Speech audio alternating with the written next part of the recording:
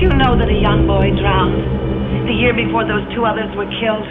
The counselors weren't paying any attention. They were making love while that young boy drowned.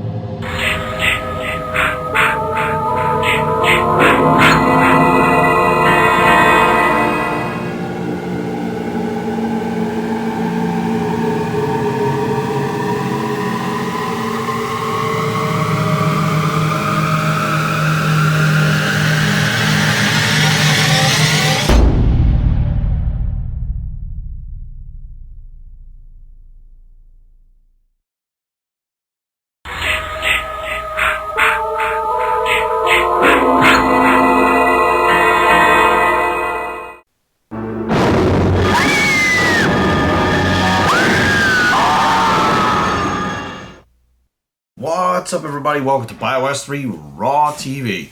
Today, not necessarily a fitness subject, but I do believe that mental health and is part of fitness, to be honest with you. As I get older, I like to put things on the channel that, and not old, just older, wiser.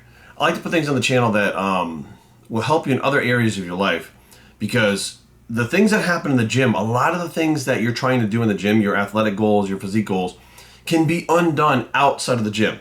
And I've been really getting into the mindset training, which is actually something I'm starting to offer right now for my clients. Because many online clients that I've had, it's really been a battle, a struggle, getting them to achieve their goals, not based on the fact that they're doing well in the gym, because they're training hard, they're doing their diet and stuff, but the external stuff like family issues or whatever the case may be, personal issues, a lot of times interferes with what they're doing and it keeps them from getting to their goals.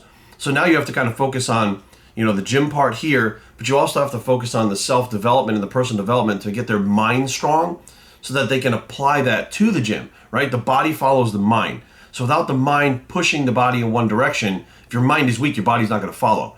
And I didn't realize when I was younger that I had a strong mind. Now, I'm not the smartest guy on the fucking planet. I understand that completely.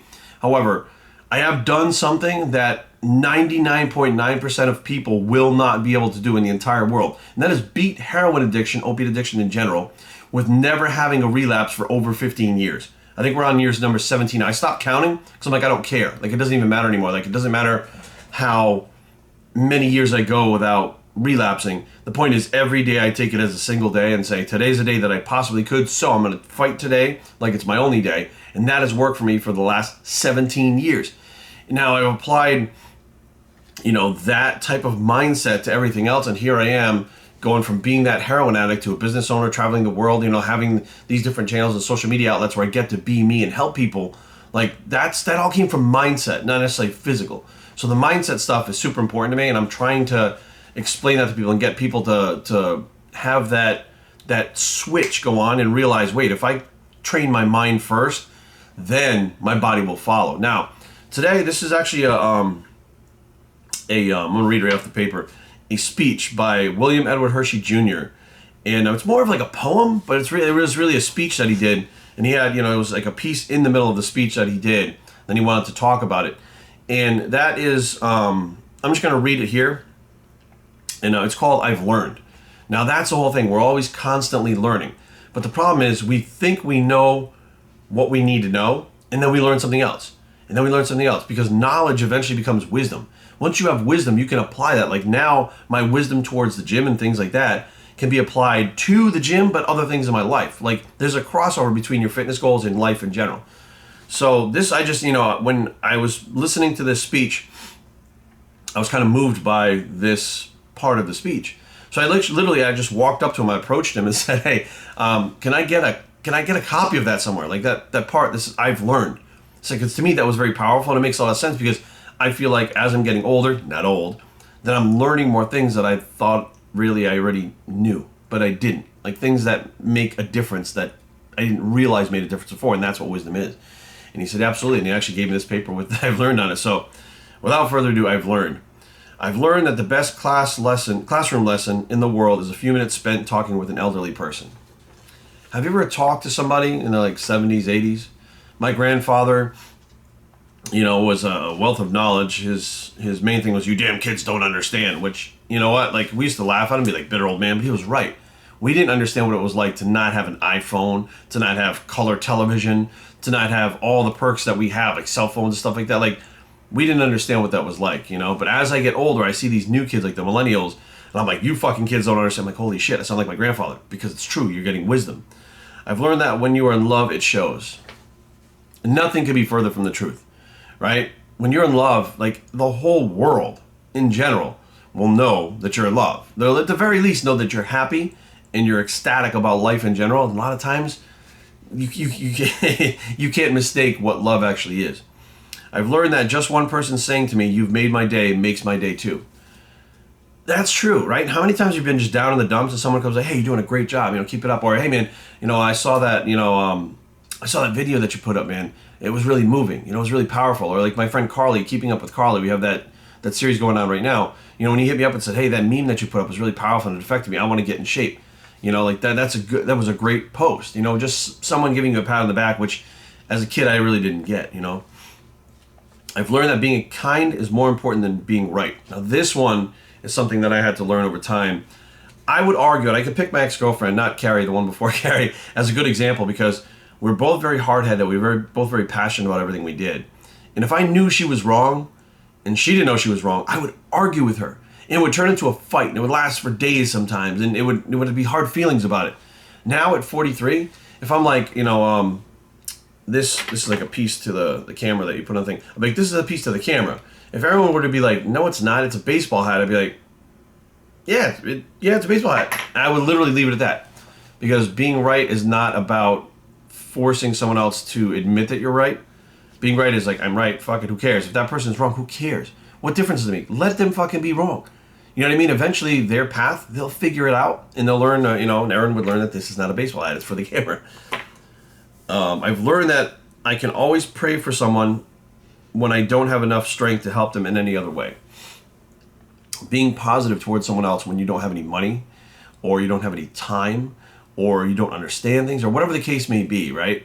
You physically, can't get to where they're at because you have a broken leg, or whatever, you're in a hospital bed or whatever, but you can still have them in your thoughts and prayers, and that energy really does help. Especially when you let the person know. Flex Wheeler comes to mind right now that, he's in a hospital bed. What really can I do for him? What really can you do for him? Nothing. He's going down this path right now on his own. He has a support system, but we can at least be positive, send him prayers and well wishes, which will uplift his spirit, and it didn't take any skin off our back. It didn't cost anything just to be kind, I've learned that money doesn't buy class. This is true. When I was younger, money was a huge issue. Like growing up, in general, we just didn't have money. And I thought it was the holy grail. It was like the most important thing. Like money fixed all your issues. And then I started to do well for myself, and I started to make some money. And the crowd of people that I would be around, because I was now in the process of growing myself, growing my businesses and stuff, was different. Now I was around people that were millionaires. Not billionaires, but millionaires or multimillionaires. And I found that some of those people were the most vulgar people I ever met. They would be shitty to waiters. I've seen an individual who was pretty shitty to waiters, snapping his fingers at the waiter, try to get him. I'm like, what the fuck? I've heard them say shit to me like, well, can't you go get me some more bread? It's your job. You know what I mean? Like, just because you have millions of dollars doesn't mean you're a good person or you have class, and money cannot buy class. I've learned that sometimes all a person needs is a hand to hold and a heart to understand. Sometimes you just need somebody there. That's it. It's the bottom line. If you're watching this right now and you could say, well, I don't need anybody, you're full of shit. Okay, you can be the tough guy exterior all you want, but right now there's someone out there that is your rock, and I don't mean The Rock Johnson. I mean your rock that you can lean on, that no matter what makes things okay.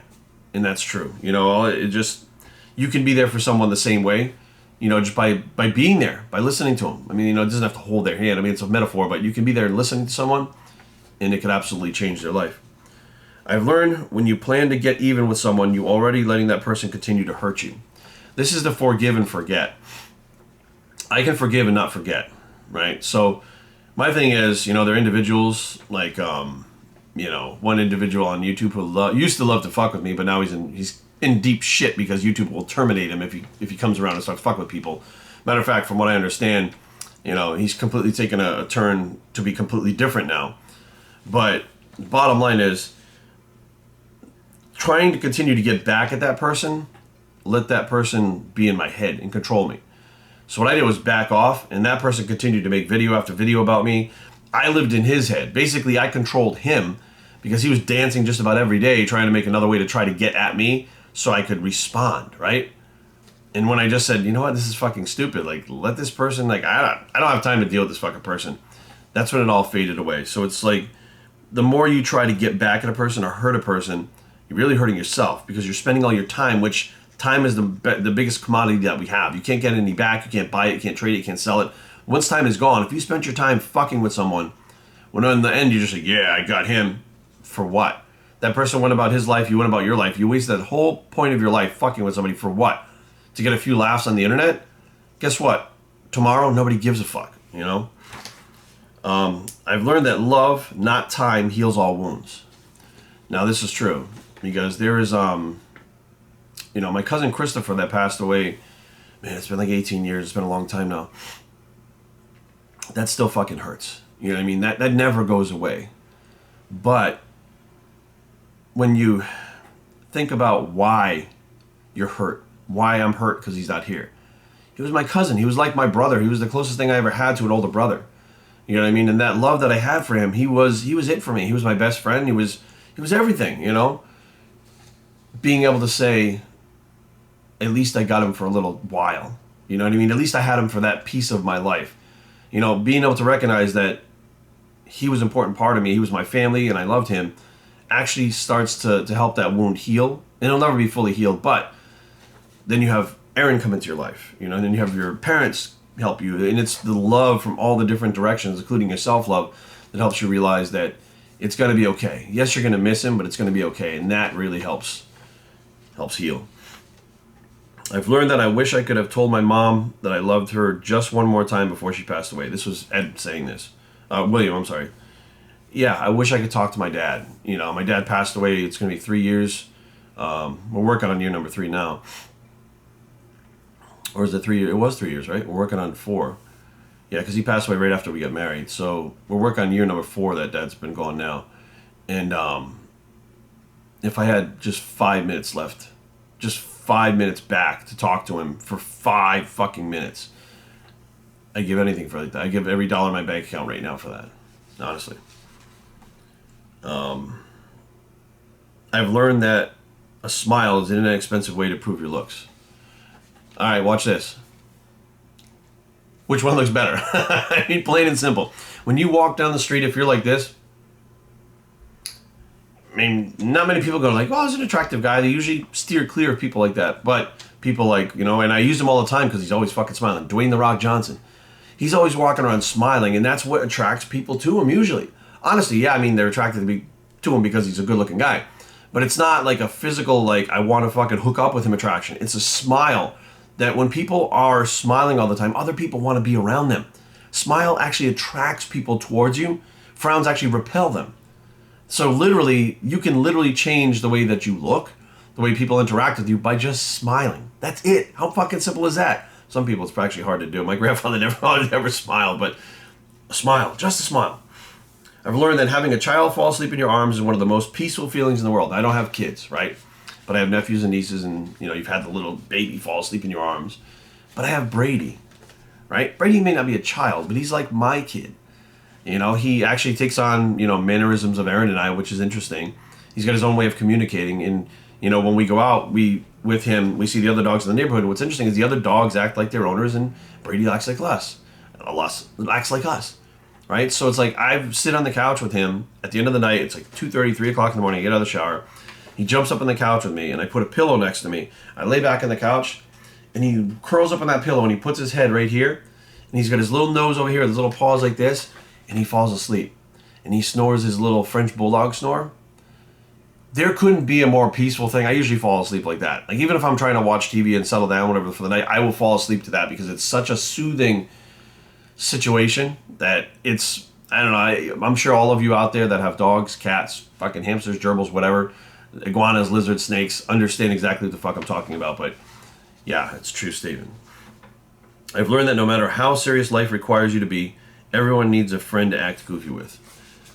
You have to let off steam, right? Now, it doesn't mean you need a friend to go out there and party and drink your face off with or do cocaine with, but I'm just saying everyone can sit down with a friend and, you know, the goofy part to me means laughing and joking. telling jokes and laughing and talking about shit. You know, I've got friends that, you know, when we go out to dinner and stuff, my friend Bobby comes to mind right now, Brooks, you know, Ken. I mean, I could go on and on and on about my buddies that, you know, we get together and, you know, Brooks and Ken I see, like, you know, multiple times a week. Like, Bobby and his wife will go out there tonight, and we'll go out to the restaurant that we always go at. Like, we do the same thing. We go to the same restaurant and hang out. And it's a nonstop, you know, 3-4 hours of just laughing and goofing off and acting like a fucking knucklehead. But that's what you need sometimes. You know what I mean? You need to take reality in life and leave it outside that door. So when you walk into that restaurant, it's you and your wife and him and his wife, and you guys are just focused on that meal, not eating the meal, but catching up and really paying attention. Like, we take the phones, we throw the phones away, and we just, I mean, you know, when Bobby and I get together, we just act like a couple assholes. I mean, that's just hilarious too. When Brooks and I are together, we do and say some really dumb shit too. You know, it's like having 2 8-year-olds together that think farts are funny and stuff like that. Like, it's just, I don't want to say guys being guys, but people being people, connecting with your friends and allowing you to have, you know, there's your basic self, conscious self, and higher self. It's allowing that basic self, which is the child that your personality has, come out. You know what I mean? Like, there has to be a balance of the three, and the child, which is the basic self, is the one that is always throwing a tantrum. It always wants. It doesn't give a fuck about anybody else. It doesn't give a fuck about the other selves.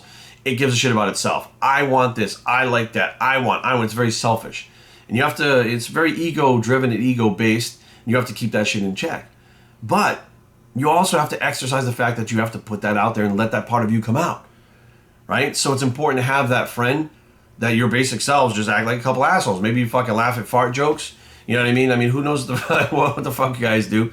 You know, or like you just tell the dumbest shit. Like, you know, like I was walking down the street and decided, fuck it, I'm going to kick this ball. It was in the middle of the road. I kicked it, hit me in the fucking face. I'm laying on the ground. I look up at the sky. Like, you know, like the dumbest shit that your buddy's going to get, and you're going to laugh about it. You know what I mean? And at the end of the day, you don't think any different of him. He doesn't think any different of you, but it allows you to be that basic self that I think everybody really needs. So hopefully this stuff is understandable to you guys, because, you know, honestly, what I, you know, William himself is much older. I think he's in his 70s, or maybe mid to late 70s or something like that. And wisdom, I feel like you can't just get wisdom. You have to earn wisdom over years. And listening to the older dudes, older women, older people, I should say, right? I don't want to fucking leave anybody out because it's politically correct fucking day and age. You really do get a sense of like, man, they're right. They really do contain the knowledge. They have the keys to life. They really do. The only reason I know that is because the little bit of wisdom that I have, because I'm 43, matches up with what they're saying. So I'm like, fuck, the other things that they're saying, I'm going to pay attention to see if that shit's true too. I mean, I know it is, but I mean, I give it the benefit of the doubt, but I'll still make sure that I'm paying attention to that, because that wisdom is important too. So hopefully you guys understand that the older you get, the more wisdom you have. These things, like applying these things to your life, keep you mentally healthy. When you're mentally healthy, you're mentally strong. When you're mentally strong, that rolls over into everything physical that you do. You cannot beat anything physically without being mentally strong first. And when I say beat things mentally, physically, I mean, let's say you go in there, you want to bench press 405 pounds. You're not going to do that unless you're mentally strong. If you want to go in there and squat 20 reps nonstop in a fucking, you know, with 315 pounds, which is hard to do, 20 reps, rock bottom to top with 315, mentally you got to be strong, right? When you're on your diet and it's like 4 weeks out from the show, you got to be mentally strong. Like, without your mind being exercised, without your mind being strong, your body doesn't follow. You fail. So be aware, guys. Everything you do out there is 50% physical, 50% mental. But before you even get to that point, it's like 99% mental. And that kind of flows over into the action. And the action is 50% physical, 50% mental. But the pre-action, or the preempted action, or the before your action happens, 99% mental. And that's where you need to focus a lot of your energy on to be successful in the physical realm. Your mental capability and your mental strength has to be on point. BuzzStreetTraining@gmail.com. Leave comments down below, but don't fight. BuzzStreet.com is the blog. It's the mentally strong bicep, or the physically strong bicep, or both. And we are out.